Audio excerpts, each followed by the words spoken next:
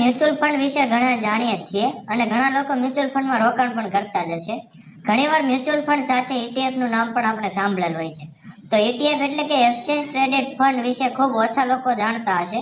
તો આજના વિડીયોમાં આપણે જાણીશું કે ETF શું હોય છે, કઈ રીતે તે કામ કરે છે અને મ્યુચ્યુઅલ ફંડ થી કઈ રીતે તે અલગ છે, તેના કેટલા પ્રકાર છે, તેના ફાયદા શું છે, તે પણ આજના વિડીયોમાં આપણે જાણીશું. પણ એ પહેલા જો ચેનલ પર તમે નવા હો તો ચેનલને સબસ્ક્રાઇબ જરૂરથી કરી દેજો. સૌથી પહેલા જોઈએ કે ETF શું હોય છે. તો એક્સચેન્જ ટ્રેડેડ ફંડ એટલે કે ETF છે એ બોન્ડ, શેર અને મની માર્કેટનું જે કલેક્શન છે. આ સ્ટોકની જેમ જ હોય છે અને તે બાસ્કેટ ઓફ સિક્યુરિટી પણ કહી શકાય છે. આપણે આગળના ઘણા વિડીયોમાં વાત કરેલી છે કે નેશનલ સ્ટોક એક્સચેન્જનું ઇન્ડેક્સ છે, જે નિફ્ટી ઇન્ડેક્સ કહેવામાં આવે છે. આ ઇન્ડેક્સ NSE ના ટોપ 50 સ્ટોક મળીને બને છે.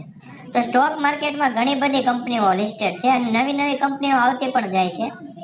આવા ઓવરઓલ સ્ટોક માર્કેટ ક્યાં ચાલી રહ્યો છે તે જાણવા માટે ટોપ 50 કંપનીના શેરની એવરેજ કરવામાં આવે છે, જેને નિફ્ટી 50 ઇન્ડેક્સ પણ કહેવામાં આવે છે. એ જ રીતે ETF માં પણ સિક્યુરિટીનું એક કલેક્શન હોય છે. તો મ્યુચ્યુઅલ ફંડ આનાથી કંઈક અલગ જ હોય છે.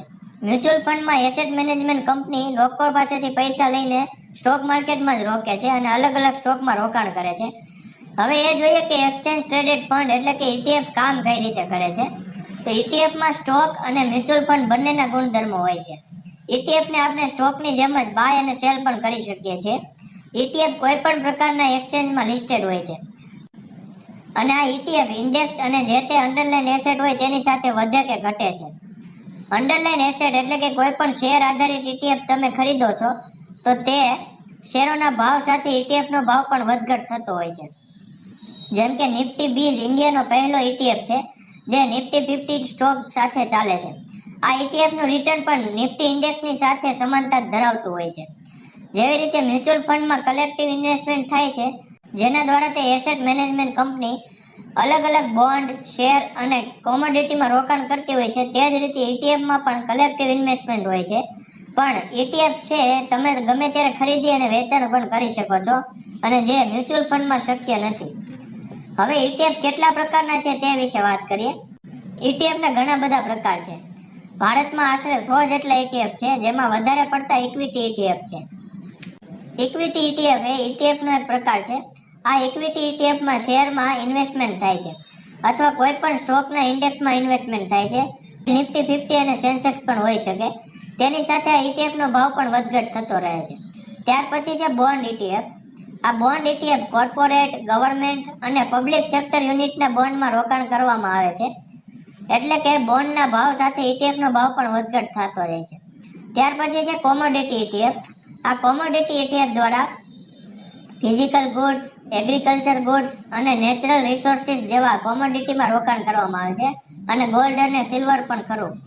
ત્યાર પછી કરન્સી ETF હોય છે. કરન્સી ETFમાં અલગ અલગ ગ્લોબલ કરન્સી હોય છે, જેમ કે US ડોલર, યુરો વગેરે, તેમાં રોકાણ કરવામાં આવે છે. અને એક હોય છે ઇન્વર્સ ETF. આ ઇન્વર્સ ETF છે એ ઇન્ડેક્સથી અલગ હલતું હોય છે, એટલે કે ઉલટું ચાલતું હોય છે. જો ઇન્ડેક્સનો ભાવ વધે તો આ ETF નો ભાવ ઘટતો હોય છે અને જો ઇન્ડેક્સનો ભાવ વધે તો ETF નો ભાવ નીચે જતો હોય છે. ETF ના ફાયદા શું છે તે જાણીએ. કોઈ પણ ETF ને તમે પોતે જ તમારા ડીમેટ એકાઉન્ટ દ્વારા બાય અને સેલ કરી શકો છો અને એ પણ માત્ર નાની એવી એક રકમથી. એક ETF પણ તમારા ડીમેટ એકાઉન્ટમાં તમે ખરીદી શકો છો. મ્યુચ્યુઅલ ફંડની સરખામણીમાં ETF ખૂબ જ લોઅર કોસ્ટ હોય છે.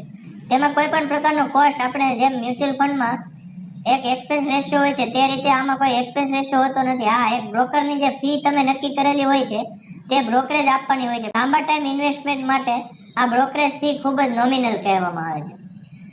ETFમાં રિસ્ક પણ ખૂબ જ ઓછું હોય છે અને ETFને સેક્ટર, ઇન્ડસ્ટ્રીઝ અને કન્ટ્રીઝમાં આપણે અલગ અલગ રીતે રોકાણ પણ કરી શકીએ છીએ. એટલે કે ડાયવર્સિફિકેશન પણ શેરની જેમ આમાં કરી શકીએ છીએ. જેમાં એક ETF જો તમને નુકસાન આપતું હોય તો બીજી ETF તમને ફાયદો પણ કરાવી શકે છે. મ્યુચ્યુઅલ ફંડમાં એ રીતે નથી હોતું. તમે અલગ અલગ ETFમાં જો તમે રોકાણ કરેલું હશે તો તેમાં તમને ડાયવર્સિફિકેશનનો લાભ પણ મળી શકે છે. હવે ETFના આ બધા ફાયદા તો છે જ, એમાં પણ જો તમારે લાંબા ટાઈમ માટે રોકાણ કરવું હોય અને લો રિસ્ક સાથે રિટર્ન મેળવવું હોય તો મારા મત પ્રમાણે ઇન્ડેક્સ ETFમાં રોકાણ કરવું જોઈએ. કારણ કે વધતી જતી ઇકોનોમિક ગ્રોથ સાથે ઇન્ડેક્સ પણ